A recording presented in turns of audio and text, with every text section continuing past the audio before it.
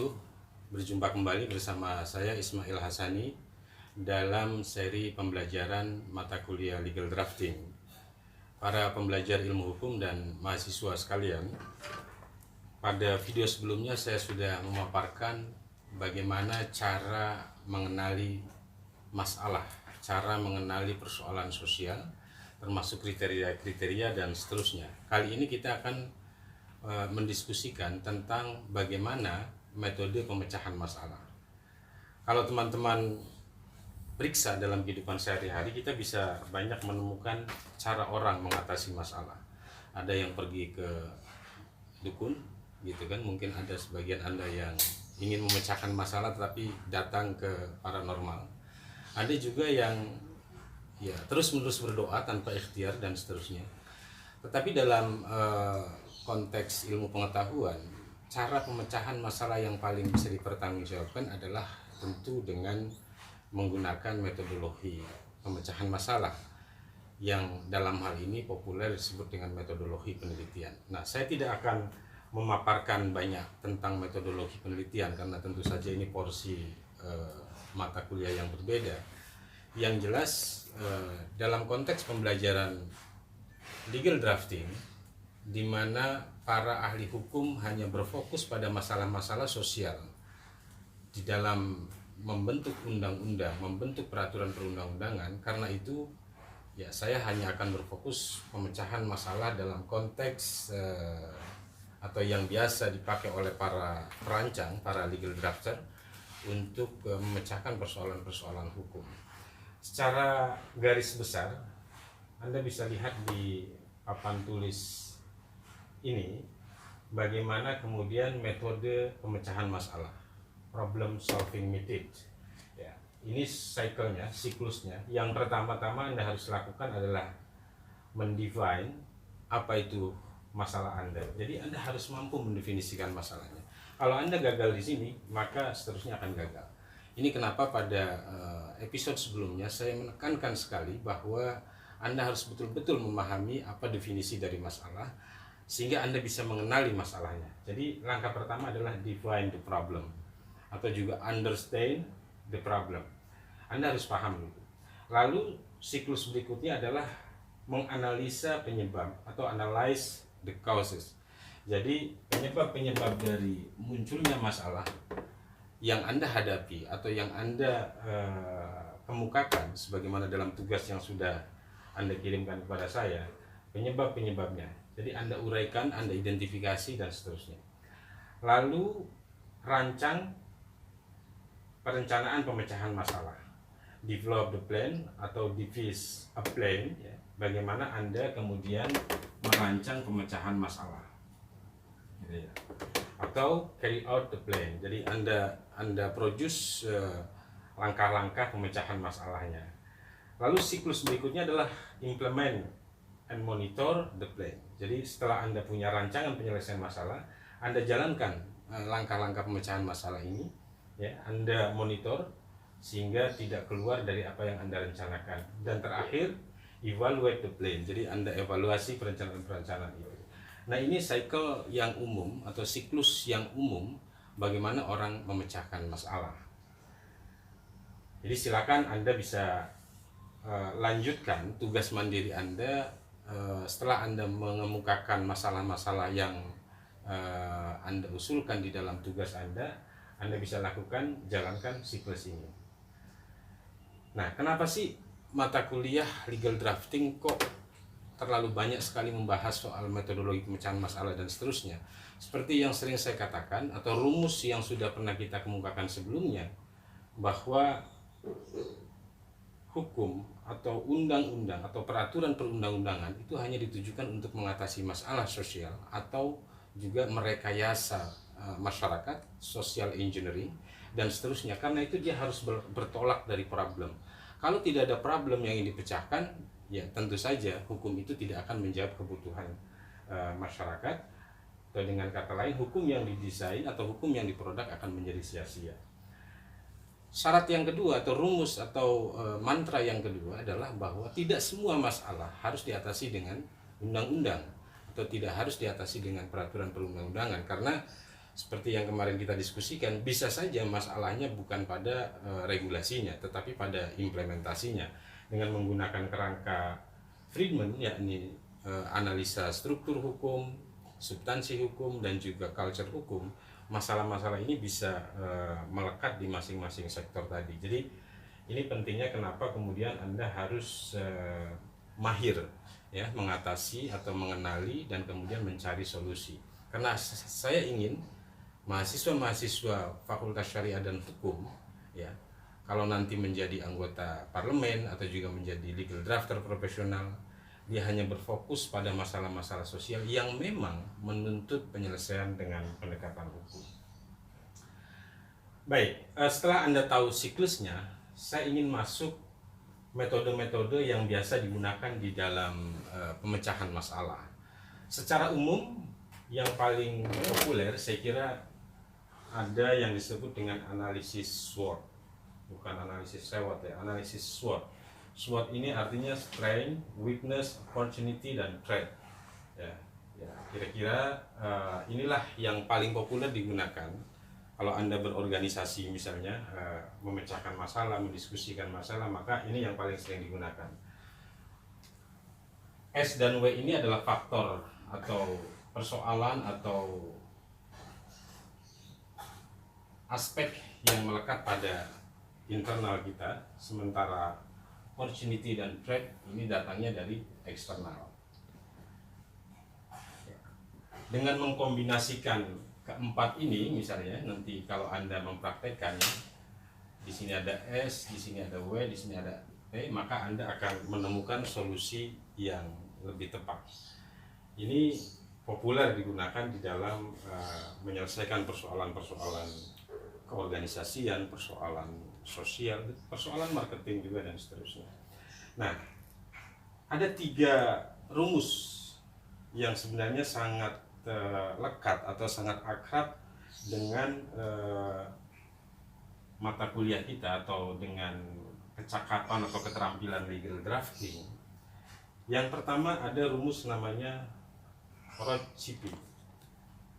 ROCP ini singkatan dari R-nya adalah rule, O-nya adalah opportunity, C pertama adalah capacity, C kedua adalah communication, interest, proses, dan ideology. Maksudnya bagaimana, Pak? Cara menggunakannya? Misalnya, Anda menemukan persoalan atau Anda mengemukakan persoalan ke permukaan, lalu Anda periksa ya, dengan menggunakan elemen-elemen ini. Untuk apa? Untuk bisa saja pertama adalah menemukan penyebab-penyebab atau analyze the causes, dan juga kemudian untuk merancang ya, merancang penyelesaian, merancang pemecahan masalah, dan seterusnya. Rule, kita bisa periksa apakah produk-produk hukum yang sudah ada atau apakah produk hukum itu belum ada, dan seterusnya, yang menjadi penyebab kenapa kemudian persoalan sosial ini muncul. Lalu opportunity-nya, misalnya hukumnya sudah tersedia, apakah dia menjamin opportunity yang berimbang antara satu komponen masyarakat dengan komponen masyarakat yang lain. Misalnya dalam konteks perburuhan misalnya, Anda bisa periksa opportunity ini apakah dia memberikan kesempatan yang sama pada kelompok buruh, kelompok pengusaha, dan juga pemerintah. Karena dalam persoalan perburuan selalu ada 3 pihak yang terlibat. Capacity, ini kalau dalam struktur Friedman bisa juga masuk dalam infrastruktur hukum. Sebenarnya produk hukumnya sudah ada misalnya, opportunity-nya sudah tersedia, tetapi ternyata capacity para penegak atau para pelaksana undang-undang ini rendah gitu kan.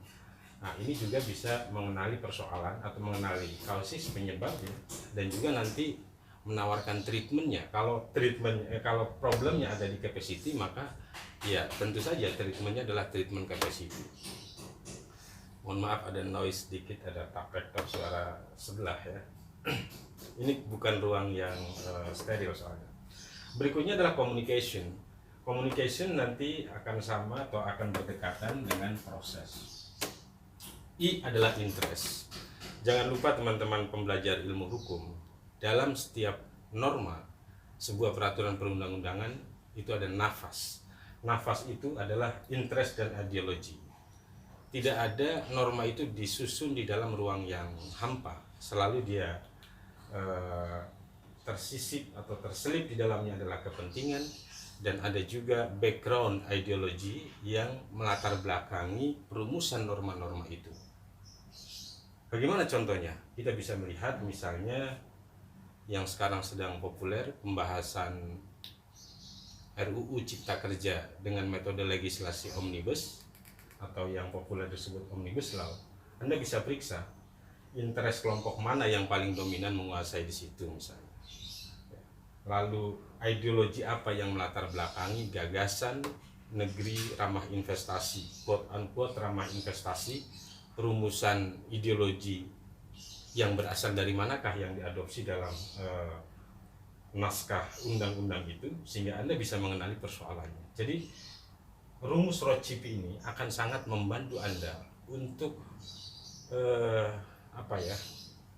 mempreteli lah kalau bahasa gampangnya, atau untuk teman sekalian, Rothschild ini sangat berguna buat Anda untuk memahami persoalan sosial atau juga draft peraturan perundang-undangan yang sedang dirancang, baik itu di DPR RI, di DPRD, dan dimanapun, ya, mendeteksi, menelusuri, mengenali nafas, minat, interest, ideologi yang ada di balik norma-norma itu.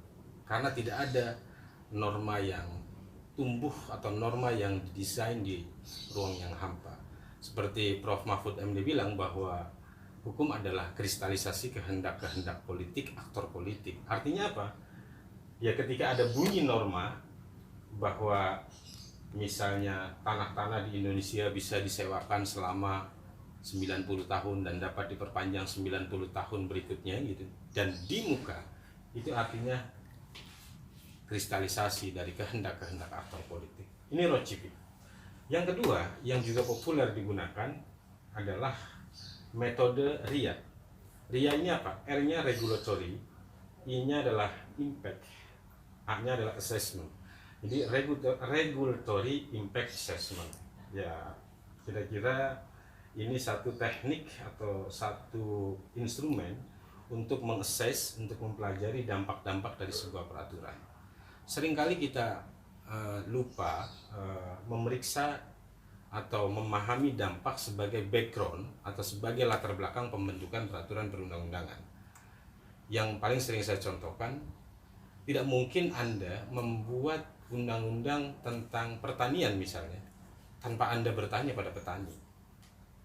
Kalau Anda hanya, misalnya para anggota dewan membentuk undang-undang pertanian hanya melihat dari ruang ber-AC atau dari kaca mobil yang dingin gitu ya, di dalam mobil melihat persawahan saja misalnya, Anda tidak akan mampu menangkap impact yang bisa digunakan sebagai background Anda merumuskan norma, atau juga mendeteksi potensi impact yang muncul ketika sebuah regulasi ini ada gitu ya.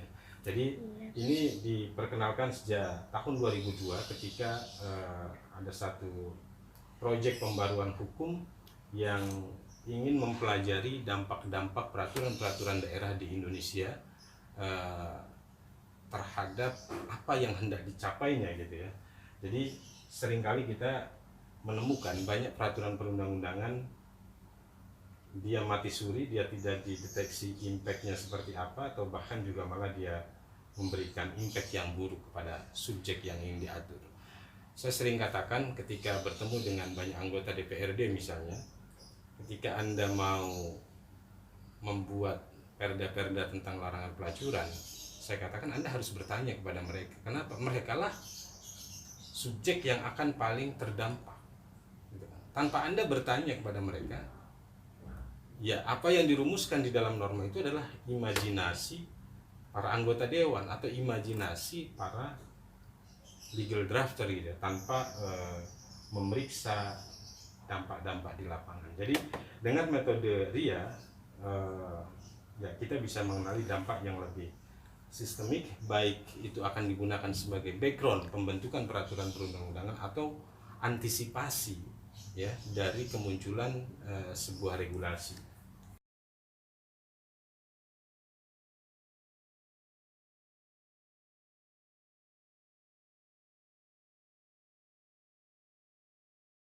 Yang ketiga adalah PLS. PLS, Post Legislative Scrutiny. Ini satu metode yang banyak digunakan di negara-negara Eropa untuk, jadi sebenarnya dia adalah metode riset, metode penelitian hukum, metode penelitian regulasi, peraturan perundang-undangan, memeriksa situasi-situasi yang muncul atau situasi-situasi yang terjadi setelah sebuah produk hukum itu dibentuk oleh anggota parlemen, oleh DPR dan presiden kalau di level pusat ya, atau juga di level daerah, bupati dan DPRD atau gubernur dan DPRD. Anda periksa. Kenapa? Karena ketika Anda membentuk undang-undang seperti pada pertemuan sebelumnya ditujukan untuk mengatasi masalah. Ya kan? Untuk mengatasi masalah. Cara berhukum yang sehat adalah kita secara periodik memeriksa apakah produk hukum itu sudah mencapai apa yang ingin dicapai ketika si perancang peraturan perundang-undangan itu membentuk hukum. Misalnya, sering disebut oleh Roscoe, misalnya ahli sosiologi hukum, bahwa hukum sebagai alat rekayasa sosial. Pernah nggak Anda periksa apakah rekayasa yang dikehendaki oleh bunyi norma-norma peraturan perundang-undang itu sudah dicapai atau belum? Nah, metodenya atau metode pemeriksaannya yang populer digunakan adalah post legislative scrutiny. Nah, metode-metode ini akan kita praktekkan. Metode-metode ini akan kita pelajari nanti ketika kita masuk pada fase praktikum. Dengan bekal keterampilan ProCP, RIA, PLS, saya percaya Anda bisa menjadi legal drafter yang berkualitas dan tentu saja progresif. Sampai di sini pertemuan kita kali ini. Kita akan berlanjut pada materi-materi berikutnya. Sampai jumpa. Wassalamualaikum warahmatullahi wabarakatuh.